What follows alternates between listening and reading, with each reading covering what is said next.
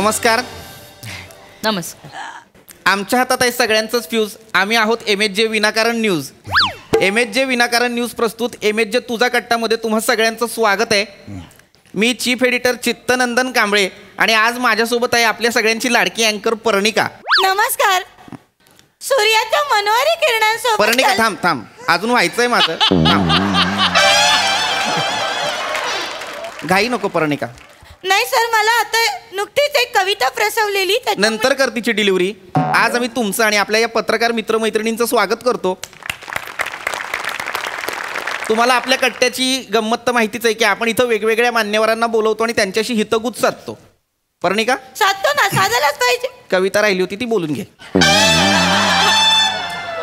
तर नमस्कार, तुमचं सगळ्यांचं स्वागत आहे आपल्या लाडक्या कार्यक्रमामध्ये, ज्या कार्यक्रमाचं नाव आहे तुझा भुट्टा. हा कुठला कार्यक्रम आहे पर्णिका? तुझा भुट्टा आहे का तुझा कट्टा आहे मला सांग. आणि तुझा भुट्टा असेल तर मला इथे मीठ आणि लिंबू चोळून बसवलंय का? तुझा कट्टा असं नाव आहे, ते नीट घे. हो हो, तेच ते. तर तुझा कट्टामध्ये तुमचं सगळ्यांचं मी पर्णिका मनापासून स्वागत करते.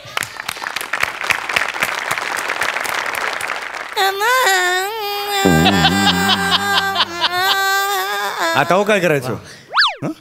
तर हे जेव्हा असे स्वच्छ आणि सुमधुर सूर तुमच्या कानावर पडल्यावर तुम्हाला जसा उत्साह निर्माण होतो, तसाच उत्साह आज इथे जे आपले मान्यवर जमलेले आहेत त्यांना बघून मला झालेला आहे. तर मगाशी जी मला कविता प्रसवलेली होती सर, आता मी तुमच्या समोर ती पेश करते. सूर्याच्या मनोहरी किरणांसोबत चला जग जिंकूया. सूर्याच्या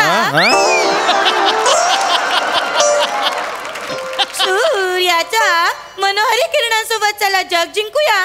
चला सारे मिळून ज्ञानाची ज्योत पेटूया, ज्योत पेटूया. मुळ्याची भाजी बरी हो, इतकी पानसट आहे ही कविता. पानसट कुठं आहे तेव्हा? हायला भारी आहे गेला का? भारी. काय म्हणा शेवटचं काय आहे ती? चला ज्ञानाची ज्योत पेटूया, ज्योत पेटूया. वा वा, भारी आहे, भारी आहे. हे काय एवढं तुम्ही भारी म्हणताय अहो, पण एकदा आमच्या एका कार्यक्रमात अजय अतुल आले होते. त्यांनी सुद्धा माझ्या कवितेचं असंच कौतुक केलं होतं. ते सगळ्यांना देखत मला म्हणाले, ताई 1 मिनिटात आलोच. हो, याचा अर्थ ते कल्टी मारली त्यांनी, गेले ते मला सोडून. नाही नाही नाही, भारावून अहो एक नंबर आई. आलो, एवढा मोठा माणूस लगा म्हणला ताई 1 मिनिटात आलो, म्हणजे भारी आहे. म्हणजे एवढंच नाही तर त्यांनी माझ्या आवाजाचंही कौतुक केलं. ते त्यांच्या ड्रायव्हरला म्हणाले, चल पटकन गाडी काढ. अहो म्हणजे ते पळून गेले, घाबरले तुमच्या आवाजाला, पळून गेले. नाही नाही, अनेकच भारी आहे लगा. अहो टाळलं त्यांनी. ऐका माझं, मी ओळखतो त्यांना. टाळलं म्हणजे लगा कुठलं कुठं गेलं किती? नाही नाही, हरकत नाही. पर्णिका शांत व्हा, आत्मस्तुती नकोय. आपला कार्यक्रम जो आहे त्याच्यावर वळूया आपण, परत मुद्द्यावर या. ऐका ना, पहिलं पान असं संपत आलं तरी अजून माझी ओळखच नाहीये. तोपर्यंत दुसऱ्या स्किटची तालीम करू मी. नाही पंडितजी, तसं नाही. काय झालंय, तुम्ही आता कट्ट्यावर खरं तर 5व्यांदा येत आहे, त्यामुळे आम्ही तुमची वेगळी ओळख करून देतो. अहो पण तुम्ही ओळख एकदाही नाही करून दिली ना. ओळख करून दिली पाहिजे ना, ही करून द्या. मी ओळखच करून देते आहे. तर आज आपण इथे आपल्या कार्यक्रमामध्ये जमलो आहे. आपल्या कार्यक्रमाचं नाव आहे बंडू तुझा. कोणाचा बंडू पर्णिका?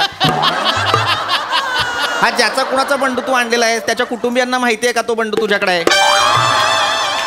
कार्यक्रमाचं नाव तुझा कट्टा आहे तर ते तसंच घे पर्णिका. तुझा कट्टा, तुझा कट्टा, तुझा कट्टा.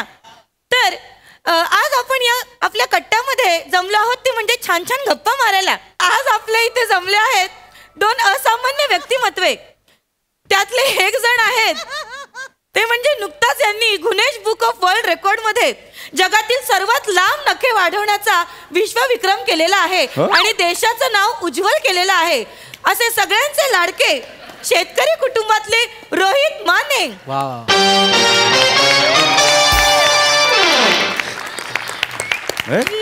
सगळ्यात लांब नखे वाढवण्याचा विश्वविक्रम यांनी केलेला आहे. तुमचं अभिनंदन. आणि दुसरे आहेत केशरी झब्ब्यातले.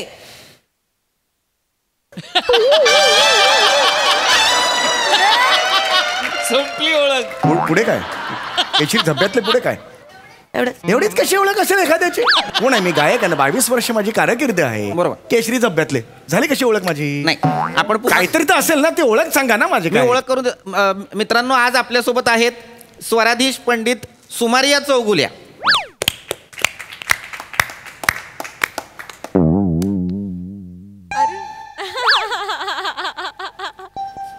नाही माझी नखं वाढले ते नाही तर वाजवलं असतं मी.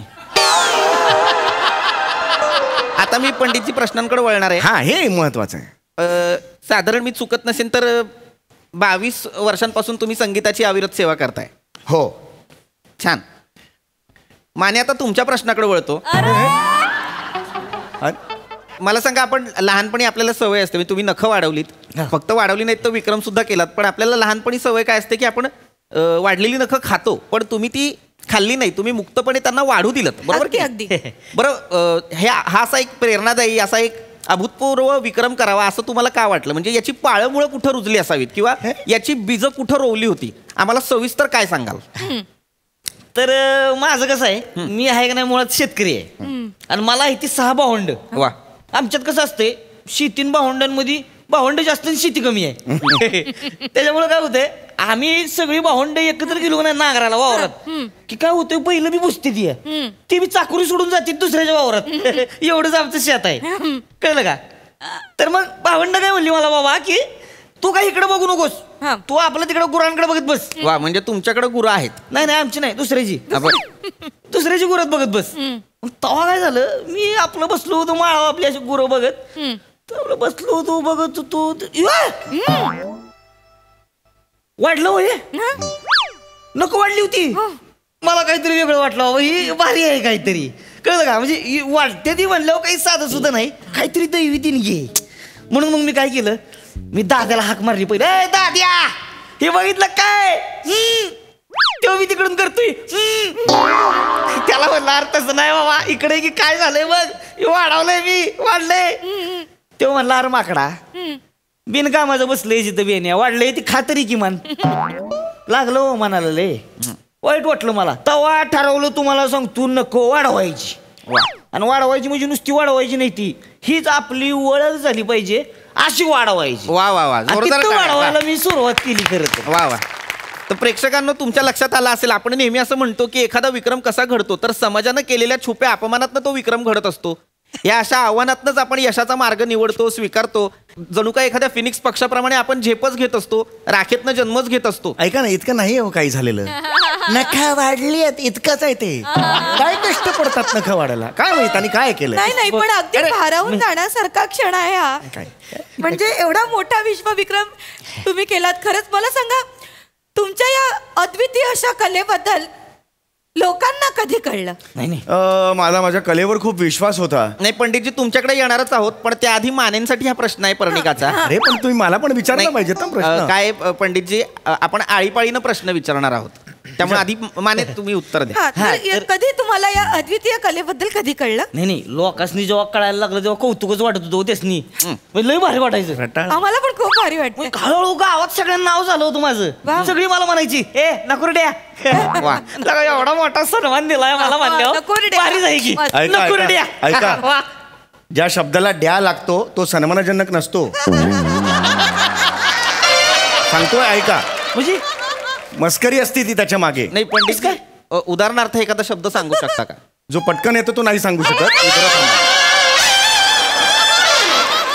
भिकारड्या, हा जो शब्द आहे त्याला द्या लागतो, याचा अर्थ तो सन्मानजनक असं नसतो, हे सांगून ठेवतो. कळलं? नाही माने, तुम्ही काहीतरी सांगत होतात. हा तर काय झालं, नकुरड्या म्हणायला लागली. तेवढ्यात काय झालं, तालुक्यात एक पत्रकार आला होता गावात, त्यानं घेतला बाजूला मला सगळे विचारलं, माझ्यावर लेख बिग लिहायला, फेमस नाव तिथंच. वा वा, तिथंच फेमस झालो, नक्क बिक पेपरात फोटो. अशा पद्धतीनं माने जनमानसात पोहोचले. बरोबर. वा वा. माने, मला सांगा, आयुष्यात नखं वाढल्यानंतर आंघोळ करताना किंवा बाकीच्या गोष्टी करताना नाजूक ठिकाणी नखं टोचतील याची भीती नाही वाटली? वाटली की भीती वाटणारच की, म्हणून तर हे वाद मोकळा ठेवलाय. ही जेव्हा वाढवली नाही नक, तुम्हाला सांगतो तेव्हा बायको मला म्हणली, तुम्ही एक नाही ही कापडी पिशवीत बांधून ठेवा. म्हणजे फक्त मीच नाही, घरातल्यांनी सुद्धा लई सपोर्ट केलाय ह्याला. वा वा. म्हणजे सपोर्ट या अशा विक्रमातनं माने समाजाला एक संदेश सुद्धा देऊ इच्छित आहेत की बाबा कापडी पिशवी वापरा, प्लॅस्टिकची पिशवी नका वापरू. कोणी सांगितलं संदेश हा? आता ते- वाटेल ते बोलताय तुम्ही. यांनी फक्त सांगितलं कापडी पिशवीत हात घाल, बायकोनी सांगितलं, तुम्ही म्हणता संदेश देताय. किती वाढवून सांगाल? नाही, पंडित माझं आहे ते तर सांगून द्या तुम्ही मला. शांत व्हा. तुमच्याकडे येणारच होतो आम्ही. धंदवाय कधी बोलणार मी? मी मी मी आता मी तुमच्याकडे येणारच होते. हा. तर मी तुम्हाला प्रश्न विचारते. हा. आज आपला हा जो कार्यक्रम इथे आहे, हा. तुझा चड्डा फट्टा, कुठला कार्यक्रम आहे ना, सांगा एकदा. पर्णिका, असा आपला कार्यक्रमच नाहीये. आपल्या कार्यक्रमाचं नाव आहे तुझा कट्टा, ते तसंच घ्या. हा. तर पंडितजी मला तुम्हाला असं विचारायचंय, हा. तुम्हाला इथे येऊन कसं वाटतंय? छान वाटतंय. तर मानेजी, अरे यार, मला विचारा ना प्रश्न. छान वाटतं एवढंच कसं उत्तर तुम्हाला नाही, पुरतं? मला वाटलं झालं. मला पण बोलायचंय, मला काहीतरी विचारा ना मला. चिडू नका पंडितजी, असं नसतं वा. हा, कोण जावं आहे त्यांचं, हे सगळे प्रश्न विचारताय, मग 5-5 वाक्य मोठी मोठी बोलतोय. नाही नाही, छान, मला विचारा प्रश्न. शांत व्हा.